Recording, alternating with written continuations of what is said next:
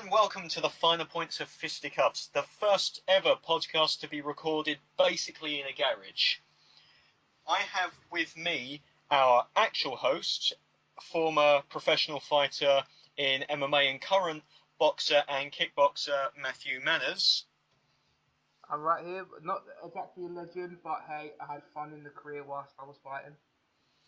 So, essentially what we're doing here is we're able to talk for about 3 hours at a time, which we're going to try not to do. But Matthew came to me and said, why don't we do a podcast? So this is definitely Matthew's podcast. The reason that I'm introducing it today is because I've done this for longer. Yep, I'm still an apprentice, if you will, right now. So essentially what we are is a pair of martial artists and fight enthusiasts, and we wanted to just talk about the upcoming kickboxing, MMA, boxing pay-per-views, and essentially give our own technical analysis of the fight, how we think they could go down, how we think fighter styles match up against each other. And this is similar to the Heavy Hands podcast, where I might have slightly tweaked their slogan into our name. And we're not professional analysts, but we do both train and have been training for a number of years. And essentially, we're going to be talking about UFC 196, Nick Diaz versus Conor McGregor. So, Matthew. Yeah. How did you feel with the change of name? We thought we were getting Rafael. We got Nick Diaz.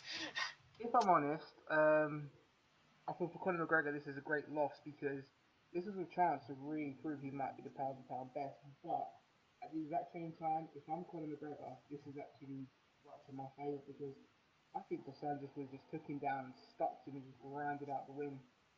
So for McGregor, this is a win in itself. No longer facing that man.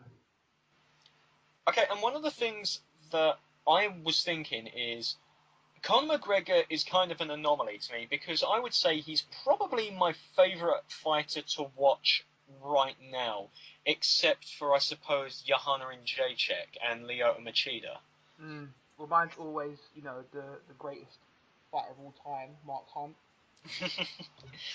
And I think the MMA fan in me isn't satisfied with the win over Jose Aldo, but I'm not going to get into the politics of that. But essentially, what I think we've got with Conor McGregor now is we went from someone he was going to be fighting someone who was of a similar frame. Dos Anjos was definitely the bigger man, but not the taller or lengthier man. There's one thing people are forgetting though.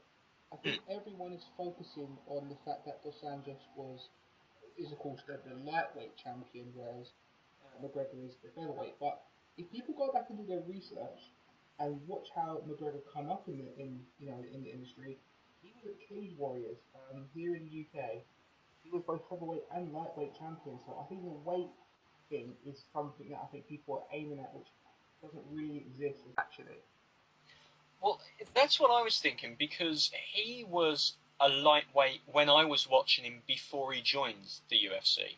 And I remember him fighting Ivan Bushina, and I'm sure that fight was at lightweight. And I do think it's true that he is, let's be real here, he is a lightweight that cuts a lot of weight to get to featherweight. But on the flip side, I don't think he's training necessarily with the kind of guys that were putting on that same amount of pressure. And that, say, his main grappling partner, I assume, is most likely Gunnar Nelson. Yeah. And Gunnar Nelson is definitely a guy that likes the top game, and I would be more surprised to hear that Conor McGregor wasn't getting roughed up and taken down and mounted by Gunnar Nelson again and again and again. But I think they do have very different approaches in that Gunnar Nelson, in my mind, is more of a counter fighter in that Gunnar Nelson moves backwards in order to get you to come forward so he can bait you into a takedown. And that's really different from a guy like Rafael Dos Anjos that walks you down, that kicks you, that punches you, and then gets you against the cage to get you down. Gunnar Nelson sort of surprises you with how he gets you to the ground. Rafael dos Anjos more smashes you up in order to take you down.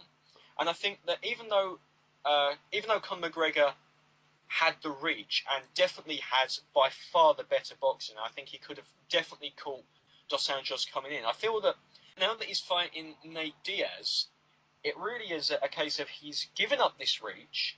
He's against someone that is quite a bit taller, and he's not the same guy, because Conor McGregor is a guy that uses reach. I mean, he's never fought, to my knowledge, and I've seen all of his fights, he's never fought someone that had a head on him and about 4 or 5 inches of reach on him. Someone that can actually use that reach quite well. And it'll be interesting to see how Conor McGregor's legs are going to play into this. I think, first of all, I've seen the press conference they just did. McGregor looks like he's put on a bit of weight and muscle, so he actually almost looks in the actual overall size to have the advantage here. But, you know, Diaz is going to have that reach, so I think it's going to come down to really how McGregor can control his business. I think we're probably going to see a lot of those side kicks that he likes to throw right now. A lot of that kind of stuff. And if I'm honest, I think this is going to be a fight where McGregor's best opportunity would be to kind of either try and get Diaz against the cage or have Diaz coming in for him to then hit him on the counters. But that's why I think he's got the problem, is Diaz doesn't need to come in this situation. He doesn't really come in at all anymore. He has this sort of style where he fights from the outside, but he's very aggressive from the outside. And I mean, his last performance, and then this is why the Diaz brothers are always of a huge frustration to me, because most of the time you see them, they lose, and then they have this random, really good performance. Like, he beat Michael Johnson in his last fight, and I was really taken aback by it. And I think because he's going to be quite content to just sit there, essentially, and sit on the end of his reach and just try and pick at McGregor from afar, I do think it's going to come down to how well does McGregor use kicks, but also how is McGregor going to get inside, because there's a very easy route that McGregor could always use to close the gap before, in that he was against orthodox fighters. So all he needed to do was get his lead foot on the outside and he could come in. Even though he was bigger, he could still come in. Now he's against another southpaw, and it's basically like a normal fighting matchup. And even though when he fought Dustin Poirier, he had a method, Dustin Poirier wasn't as big and lengthy as what Diaz is. And even though this fight isn't a welterweight fight, it's just two lightweights that aren't cutting weight, it's definitely a tall, rangy guy even for that division. Could that possibly also hint maybe Nate isn't in shape? Well, Nate's definitely not in shape. The whole reason he's there is because he wasn't able to get down in time. But I mean, to his credit, it was sprung on him at the last second. Yeah, obviously. But here's what I'm thinking though. If he's not in shape, this is the main event. It's got the main event over home tape, which I don't think is right, because that's a title fight. But with them being the main event, it's probably a 5-round fight.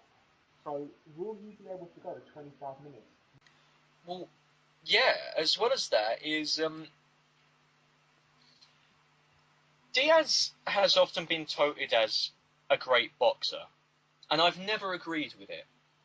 I think he's a great volume puncher. Even though McGregor has no jab to speak of, really, I'd still consider him a good boxer. Like, he has this really good elbows down, left straight. He is able to bait you in, stuff like that. And Diaz has always been a very front-heavy guy. Like, he's front.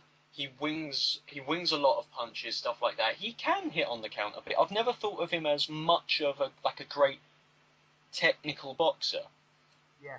But that being said, that volume, McGregor's got a great chin. He took big shots from Chad Mendes, but he's going to be against a guy that is generally. I mean, I said earlier he's not in shape for the fight, but he's still a very fit dude. Like the guy does a lot, and he's against a fighter that really tends to throw half power punches a lot of the time.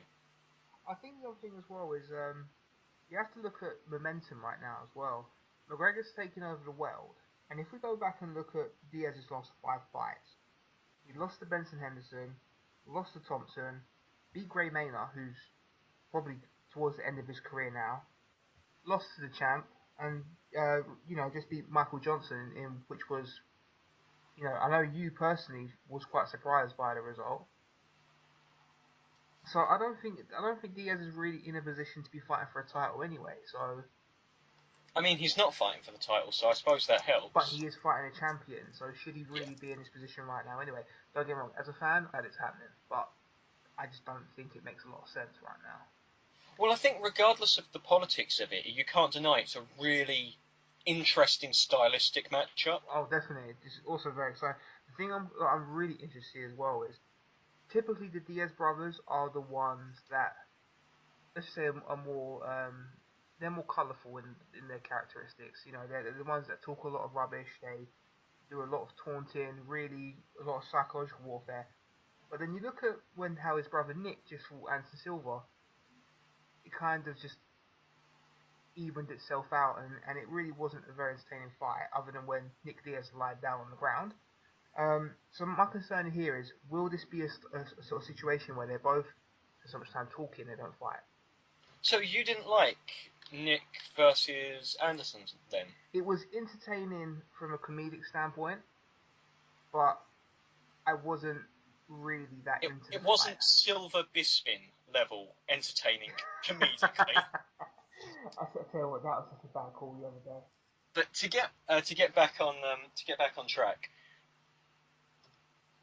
stylistically, now the intention of this fight is to have the two of them talk a load of shit. Yep. They talk a load of shit. They haven't had enough time to talk nearly as much shit as I'm sure everyone would like. They talked a lot in the press conference, though.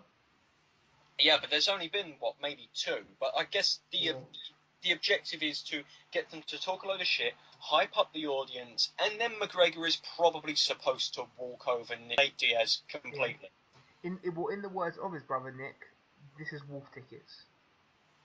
I mean, as much as I could see that happening, I could see, because McGregor's got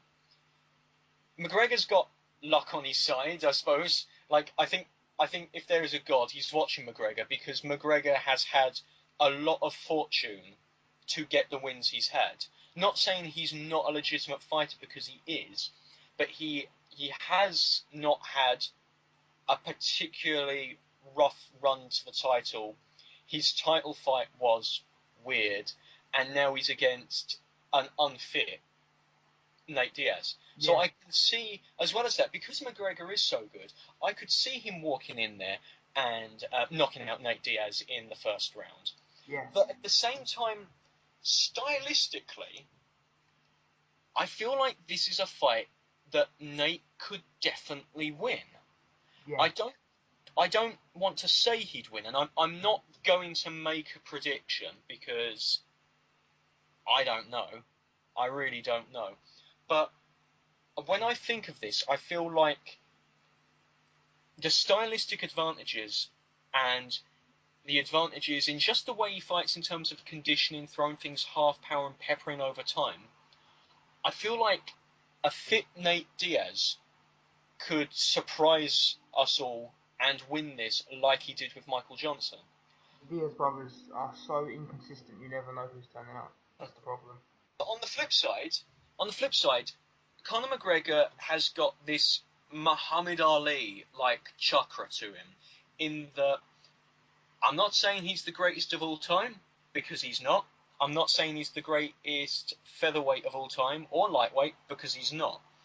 But with McGregor, it almost seems like you're seeing this story unravel before your eyes. He's living up to the hype all the time, and because he lives up to the hype all the time, I could see him go in there, knock Nate out,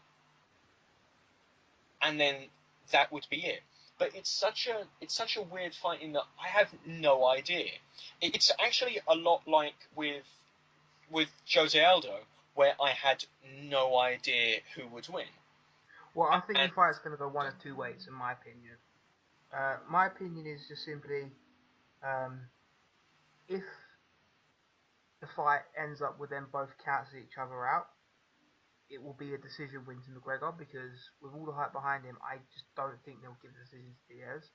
Or I think it's going to be either a third or fourth round knockout win for McGregor. you do. Yeah, as long as he avoids the ground. I will be honest. I would be interested in how the fight would go on the ground, were it not for the fact that I just don't think it will. No, I think they'll stand and trade in the middle. Yeah, because Diaz is a guy that he gets a lot of flack.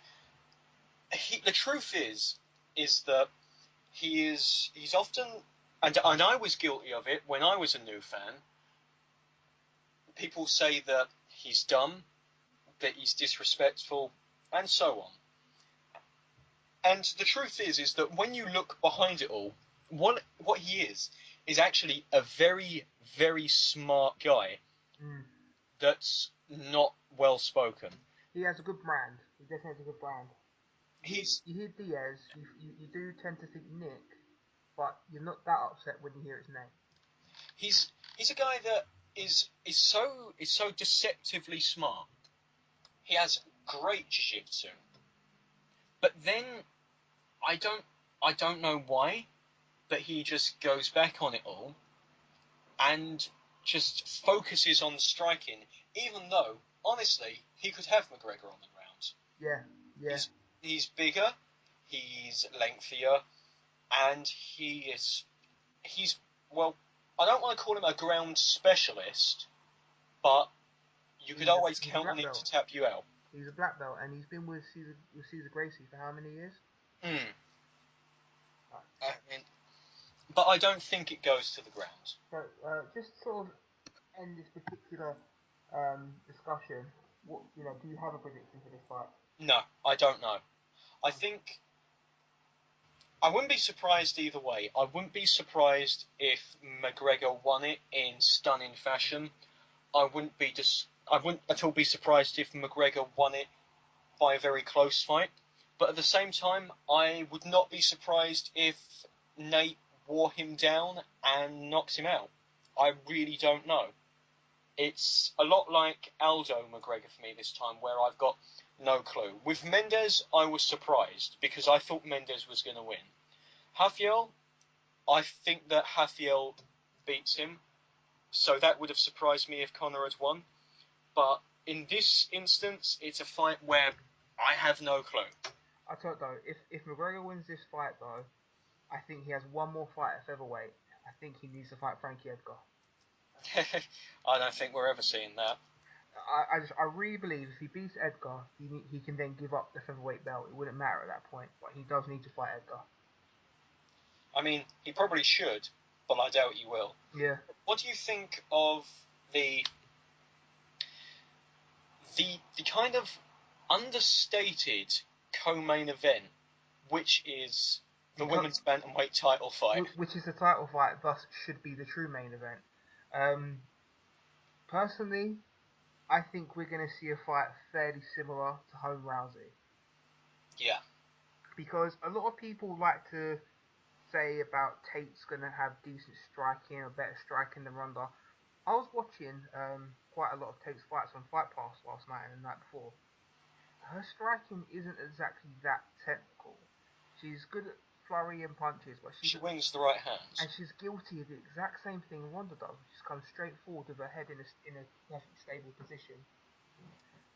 Yeah, and one of the things that people forget about Holly Holm in her fight with Ronda Rousey is Holly Holm looked like such an animal with that laser targeted accuracy that laser left straight, hitting the mark. People forget, she's not an accurate puncher. She's never been an accurate puncher. It's just that Ronda is so hittable that it made her an accurate puncher. And Miesha Tate doesn't really have the head movement. I would argue that Miesha Tate was a better technical striker than Ronda is. But on the flip side, Miesha Tate is the most well-rounded women's bantamweight without being the most well-rounded bantamweight, if that makes sense. She has the wrestling, she has the jiu-jitsu, she has all-right striking, but she can't really put them together. You know, I think it's great that Tate's finally getting another title shot because she's run through so many of the top fighters right now. She deserves it, but you have to look at, for instance, the last Ronda fight especially. In the third round, Ronda rocked her on the feet, and we saw that Ronda's striking is not that advanced right now. It's more her movement that's not advanced. There's no ability of cutting off the cage. That was Ronda's downfall. So if someone who can't cut off the cage was able to, rock Tate in the third round, what do you think Holmes gonna do? Well, I mean, Miesha Tate can handle a good striker because, in truth, she was winning against Kat Zingano the first 2 rounds before she got knocked out. Yeah, she was. And I know that is a win until she lost situation, but she was winning until she lost. The difference is Kat Zingano wants to fight you close. And that was one of the reasons why, even though Zingano could kickbox circles round Ronda Rousey, that was why the idea of her up close with Ronda didn't really seem like a great idea, because she does need to get you close. Holm obviously doesn't do that, and Holm can escape from being near the cage like lightning. She's so quick. And Miesha Tate doesn't really go for particularly well set up takedowns. She's not like, for my money, Georges St. Pierre is probably the best wrestler in MMA ever. I mean, he was the most well-rounded fighter other than maybe Fedor. Yeah. He would jab and punch and even kick to set up a takedown. He didn't just fire a takedown out of nowhere. The thing is, well, though, Miesha Tate only fires takedowns out of nowhere. She doesn't set them up with her strikes, which means I can't imagine her surprising Holly Holm with them. Yeah, because Holly Holm's moving away anyway. Other things where you got to look at with GSP though is a lot of the time when he took guys down, he was countering from them. You know, a guy would throw a punch at him and he would get the takedown there, and a guy would throw a kick and he'd get the takedown then. It was like timing. It was a timing element more than a technique with GSP. Well, that being said, though, he did have fantastic technique. Oh, no, I'm not denying that. I'm just saying it was his timing that completely changed the game. And as well as that, is his takedowns were very effective because he was against someone who was moving in on him a lot of the time. And Holm doesn't do that so much. And because Holm is constantly moving, it's going to be really hard to actually get the takedown on her, because we've seen the metagame, so to speak, shift. If it used to be about Mirko Krokop and Chuck Liddell, who had great sprawling defense, who could knock you out. It was a sprawl and brawl day, wasn't it? They used to call it. Yeah. And then a guy like Anderson Silva comes along, who has no takedown defense to speak of when it comes to actually wrestling, but could get away from loads of your shots because of how good his footwork was. And that's what Holm is more like. And that's why I don't actually see how Miesha Tate, who, by the way, is a much smaller woman, is going to do this. Tate's a woman who I do sometimes wonder would she be better at flyweight. Yeah. And if I'm honest, I think the UFC needs to bring in the flyweight division. They're not taking into account that women's bodies are different, the way they cut weight. They can't make the same cuts a man can. Exactly. So they need to bring that way. And you know who else I think should be there? Jessica Ai. Well, I mean, let's not forget, say, Rin Nakai, who was tiny compared to Miesha Tate, who is tiny compared to most people she fights. Yeah. To her credit, she still lays them out. But I feel like the real issue of why Miesha Tate isn't champion is because ultimately, when it comes down to it, there are a lot of women that do just outsize her, because people forget that Ronda was a fucking monster in Twice the size nearly. She was huge for a bantamweight, and Home is a lot bigger than Ronda. Yeah. Home would just pry her off, and Home had good counter grappling, but Home could just pull you off. The thing is, as well, Home has never been taken down. Still has not been taken down. Has she fought any particularly good wrestlers, though, at the same time? Because we don't actually know. The reason I think that Home will probably win is not because of her takedown defense, but because her movement will make it hard to get the takedown. Yeah. But as far as her actual takedown defense goes, I've got no clue. She's not really fought any, let's say, elite wrestler styles or anything. But I'll tell you this, I do think Tate has a better chance of getting her down than Ronda did. Because Ronda's is all based on throws. Well, let's not forget that Ronda did get Home down. So technically, No, she didn't. Yes, she did. Ronda got the clinch, went for the throw, and then Holly Holm picked Ronda up and took Ronda down. But you're forgetting about just before that happened, when Ronda threw Home, tried to go for the armbar. Home had a great armbar escape and got up and walked off. I thought that come from Holly's takedown. No, there was two moments when it went to the ground. So technically, Home has been taken down, but she hasn't been taken down with the traditional wrestling style takedown. She's never had a sprawl that I know of. I'm probably going to end up watching that fight again tonight anyway. But yeah. But you know what? I actually think that Home should probably follow pretty much the exact same game plan for this fight. More or less. I think she's... The one thing that I do dislike about what the UFC do is not particularly Home's fault, but she could, call them on their bullshit. I get really pissed off when they say Holly Holm was a world champion boxer and a world champion kickboxer. She was never a world champion in kickboxing. She won a US amateur kickboxing title. Don't get me wrong, that's still amazing, especially when you consider she was a boxer. But they need to stop lying. There's no need to over-embellish. What she's done is amazing. Well, what we got to remember as well, though, is that she was a boxer that went to Mike Winkeljohn to learn how to kickbox. Yeah. She just happened to compete in boxing because that, I assume, is where more of the money was. And she's one of those guys, or girls, or whatever, where you've got to realise that not fighting the best people all the time doesn't always necessarily mean that you're not good, because Home didn't really fight many great boxers, but at the same time I don't think anyone's denying that she's probably in the top 4 or 5 best women's boxers of all time. In the same way as, like, she hasn't fought any really good MMA fighters except for Ronda Rousey, but you've got to remember that Ronda Rousey is more dominant because of her own lack of great competition. Home was actually champion in 3 weight classes in boxing, though.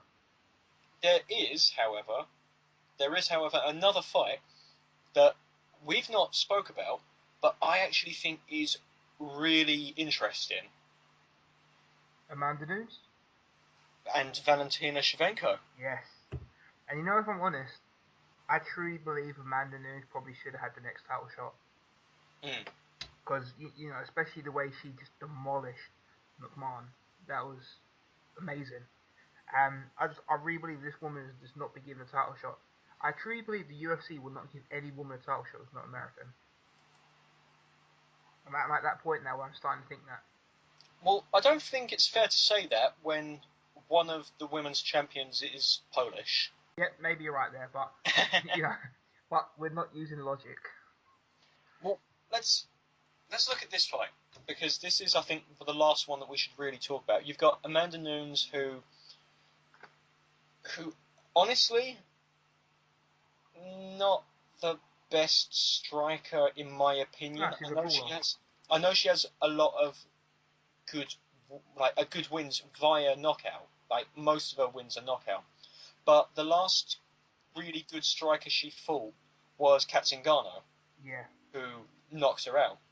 And Valentina, I'm going to butcher this name again, Shevchenko, maybe, is a far more prolific Muay Thai fighter than Kat Zingano ever was. Yeah. I mean, Kat Zingano was actually a wrestler before doing a lot of Muay Thai and training with Sakmon Cole and so on.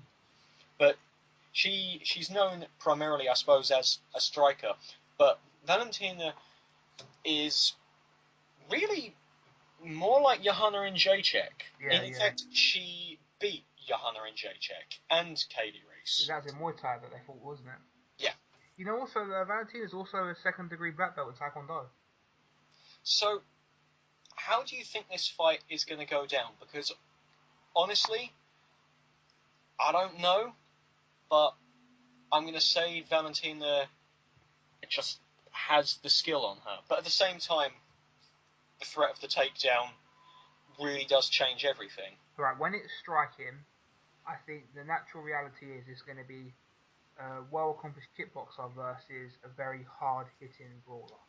So, I think if Amanda lands a big punch that, you know, knocks Valentina out, that's possible. So, it's either going to be a lucky punch sort of a scenario, or where she just makes it a brawl, or Valentina will dominate the strike. It's one or the other. But the thing I think is really quite interesting as well is Amanda Nunes being Brazilian. You know, she's a Brazilian Jiu-Jitsu black belt recently. I believe she got the black belt. I'm not sure how long, but you know, so you got one who's good at Jiu-Jitsu, and Valentina being Russian, you've got to assume she's probably trained with some very good sambo coaches out there. So this could become a real style versus style fight. Well, she does have wins by submission, Valentina. And I'm not sure, because Amanda Nunes is not someone that I'd want to count out. But at the same time, I feel like Valentina is more... she seems a lot more dominant as a striker. Certainly, by far, the more experienced striker. And I feel like, even though Amanda Nunes does have the threat of being able to take you down, even though she's not like a Sarah McMahon type or a Misha Tate who just lays on you, Yeah. she does have that there. I'm just not sure how well she'll be able to deal with Valentina's overall attack. I think this is going to be a good fight. Personally, I would like Amanda Nunes to win because I think she deserves a title shot. I think it's been long overdue. But she's also one of the fighters who sometimes, right when she's at the point, can take a loss that really derails her. For instance, of course, right when it was all looking good, she had, you know, 2 wins in the UFC, lost to Kat Zingano. You go even further back, it looked like she was about to get a title shot in Invicta. She lost to Sarah Delanio. You know, back in Strikeforce, right when she was on the verge to get a title shot, she lost to Alexis Davis. So she's one of those people that seems to always lose when it's a title eliminator scenario, which is what you've got to assume this fight is, because the UFC are strongly getting behind Valentina, probably because of her looks more than anything else, let's be honest. And of course they're behind Amanda Nunes as well, because she's been there for a long time. This has got to be an eliminator fight, really. They've not said it is, but all logic dictates it should be. If anyone is there that I'd like to see fight home, I would love to see Valentina, because Valentina, I mean, this is someone that's beat Johanna 3 times. Yeah. Has this incredible pedigree in Muay Thai and no slouch in Taekwondo. Has just done like a lot, and I don't want to look past this fight and say that Valentina is going to win, although I do think it's quite likely that she will. I'd love to see her against Home more than anyone else, because it'd be great to see Home against someone that can strike her back and actually do some damage. Well, it's a chance to see just how good Home truly is. I mean, I think I would say Home is slicker. Yeah. But I don't think Home's really been against Muay Thai fighters specifically. I think right now, with everything that's gone on, I think it shows women's fighting is evolving at such a high pace now.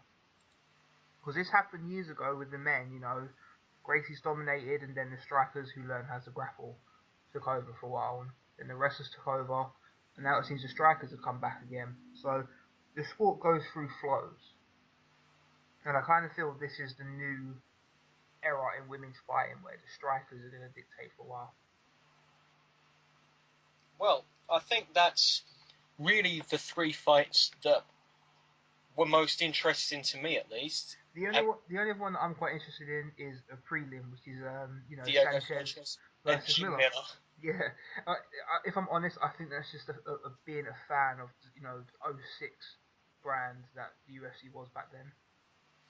I mean, Diego Sanchez. There's with any Diego Sanchez is you've got two certainties.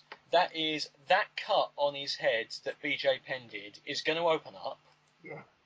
It's going to be an absolute riot, and it's quite likely that he's going to win a controversial decision. You know, if I'm honest, I love watching Sanchez fights, but he's not a good striker. He knows how to flurry punches and get hit and stay alive.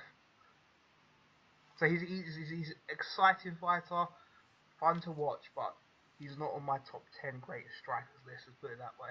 And he basically invented Daniel Bryan's whole thing in WWE. So the original Yes Man. Yes. But you know what? I still say Sanchez was better because he would do cartwheels as he screamed yes. Well, how do you think he's going to match up with Jim Miller? It's going to be that whole jiu-jitsu versus wrestling, I think, in the end. Personally, I think Sanchez is going to win by intensity, if it's the old Sanchez. But I think what we have to look at more than anything is, will this be Diego the Nightmare Sanchez, or will this be the Dream Sanchez?